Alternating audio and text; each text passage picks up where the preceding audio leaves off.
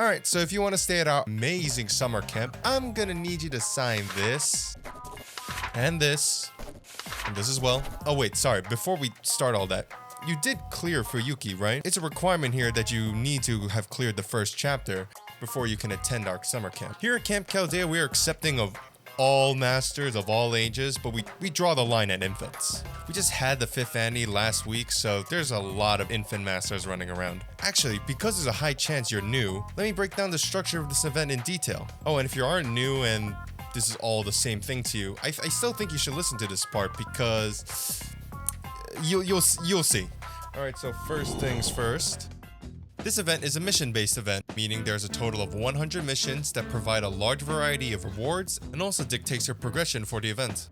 In order to progress with main story quests and thus the event itself, you're gonna have to do specific missions to unlock them. These mission objectives could be kill a certain type of mob, clear this quest a certain amount of time, or random stuff you gotta do with the free servant for the event, Summer U, who we will talk about later. Try to clear all the missions so you can get all the rewards, and the crystalline lore at the end, which is what you need to raise a skill to level 10 for those of you who don't know. Now there are so many different kinds of missions that it's hard to keep track of all of them. So if you want to clear all the missions as efficiently as possible, GamePress normally posts a walkthrough when the event starts, so you can check that out if you need to. And for those of you who are interested and want to figure out how to clear the event yourself, here's a visual from the wiki that lists all the free quests, the traits of enemies, mats, drops, etc.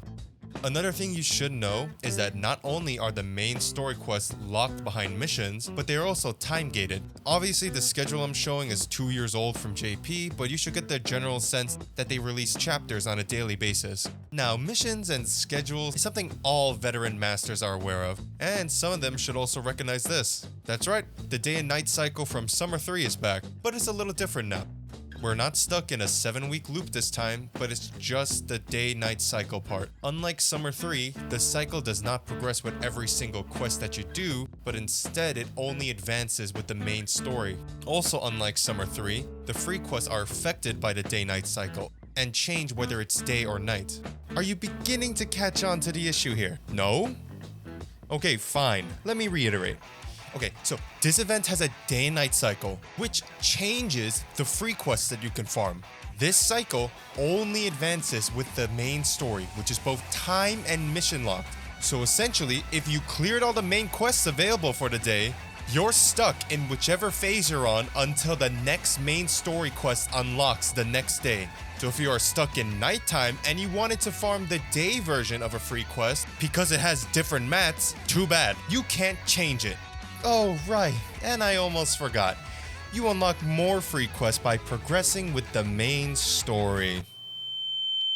I love our summer camp dearly, as you can clearly see, and some of these mechanics aren't even that bad. We get them all the time. It's just when they're put together like this, it just gets a little annoying, if you get what I mean. But now that you know, hopefully you won't make any of those mistakes, alright? Also, thankfully, they thought ahead and you can't accidentally soft lock yourself due to how these mechanics interact. And once you get to a certain point of the story, you'll have access to both the day and night versions of stages. That's about everything I wanted to talk to you about. Is there any? Oh, right. Put this on, now. This is our camp's uniform, or as we like to call it, the Chaldea Pathfinder. It boosts quick and MP damage, increases crit damage, and removes dot debuffs on an ally while also charging their NP by 10%. Overall pretty good for quick comps and helps you get that one big quick burst turn. Alright, you're all suited up? You should head on over to the camp store. There you should be able to learn more about the... Yeah, it's me here as well. Were you expecting someone else? There's no one else that works here. For this event, we got the usual bronze, silver, gold currencies. This time being firewood, vegetables, and a chainsaw? Where did you get a chain? Here's a catalog of what's available in the store. Keep in mind though, some of it may change if they decide to add some of the newer mats for the NA version of this event. Now, while you were looking through that, you might have noticed this. This is one of the 2 free CEs for this event, Hide Hunter. It's one of those crit star bomb CEs, so if you don't have one of those yet, you should try picking it up. This is also the damage increase CE for the event, so use it on your main DPS when going through the event if you need that extra damage. Speaking of extra damage, certain servants will have a damage boost and an increase to the bond points they get for this event. The other CE for the event is Chainsaw of the Dead. It's a 50% charge CE at max limit break, which is always useful. The arts buff is also really nice, but the only weird part is this crit resistance. I really don't see how this is going to be useful, but it's what we're stuck with. This CE also increases the chances for rare enemies to spawn for the event. You have a base chance of 25%, and each CE increases it by 15%, 30% at max limit break. You can purchase 4 copies of Hide Hunter at the shop and 4 copies of Chainsaw of the Dead by doing missions. If you want the final copies to max limit break these CEs, you need to hope it drops while you're farming. Hide Hunter only drops in day stages, and Chainsaw of the Dead only drops in night stages. Since we're on the topic of CEs, let's talk about the other CEs you can get through summoning on the banner. There's going to be 6 summonable CEs, 2 3 stars, 2 4 stars, and 2 5 stars. 3 of them will be on the Part 1 banner, the other 3 will be on the Mail banner, and all 6 will be on the Part 2 banner. But let's talk about the main highlight of all these CEs, Honey Lake. This CE not only provides Pierce Invuln, which is always useful for certain bosses and challenge quests, but it also provides a 35% extra damage against enemies with burn, 40% at max limit break. This type of buff has never been seen before on CEs. Obviously, this is not good for everybody, and only those that can cause burn can really take advantage of it.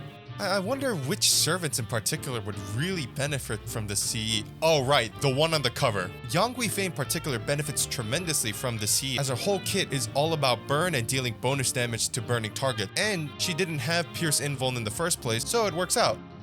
There are also new command codes you can get during this event through the missions we talked about earlier. True Crimson Immortal Maiden's command seal provides burn and a small crit damage buff. Now, I already know what you're thinking. Don't think that this one command code is enough to justify using Honey Lake on everybody. It's probably best, like Honey Lake, to put it on anyone who already has burn synergy to take full advantage of it. Mask of Concealed Beauty raises buff success rate by 20%, one time for 2 turns. 20% is a bit on the low side, and most servers that have chances on their buffs already have something in their kit to compensate.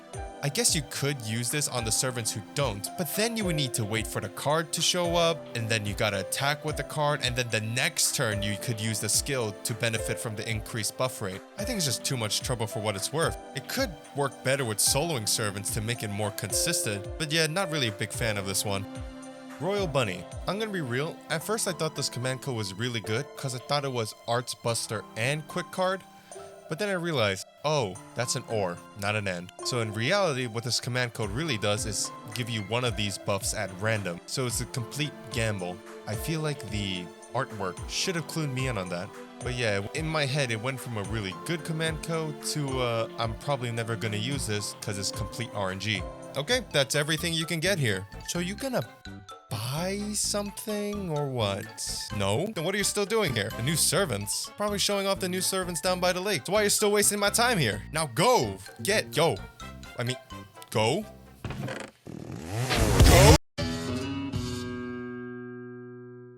So yeah, this part was gonna have a whole bit and everything, but as I'm recording this is literally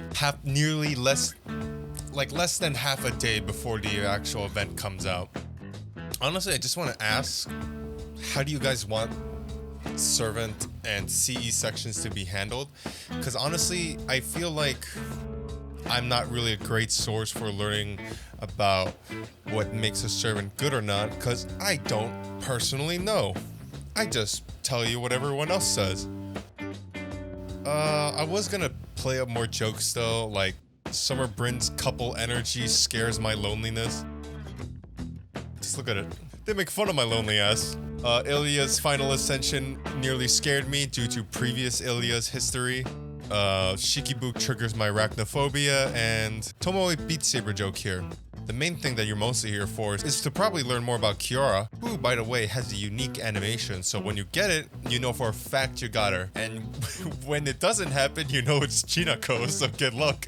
So yeah, that's pretty much it. Good luck on your rolls and all. Let me know if you want to see me pull for Kiara. I'm gonna do a little bit for myself, but not too much. I'm saving for others near the end of the year. I will try to make the next one better. I'll have more than a few days to get this one ready. Cause the next one is, well, you'll see.